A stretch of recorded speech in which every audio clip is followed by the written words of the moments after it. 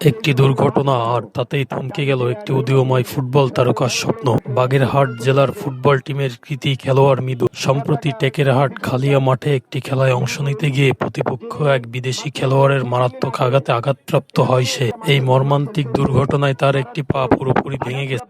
মারাত্মক আঘাতপ্রাপ্ত হয়ে তার একটি পা দুটো হাড়ি ভেঙে যায়। মাঠের যে পা দিয়ে মৃদুল বিজয়ের গল্প লিখত, আজ সে পা নিয়েই তাকে দিন কাটাতে হচ্ছে হাসপাতালের বিছানায়। বর্তমানে সে চিকিৎসাধীন রয়েছেন। এমন আর্থিক সচ্ছলতা নেই যে তার চিকিৎসার পুরোপুরি ব্যয়ভার বহন করবে। কিন্তু তার এই জটিল ও ব্যয়বহুল চিকিৎসার খরচ বহন করা তার পরিবারের পক্ষে একেবারেই অসম্ভব হয়ে পড়েছে। সেই ছেলের জন্য আমরা কিছু সাহায্য সহযোগিতা করতে চাই। যে মৃদুল মাঠে নেমে আমাদের আনন্দ দিত, দেশ ও জেলার সুনাম বয়ে আনতো, আজ সে জীবনের এক কঠিন লড়াইয়ে অসহায়।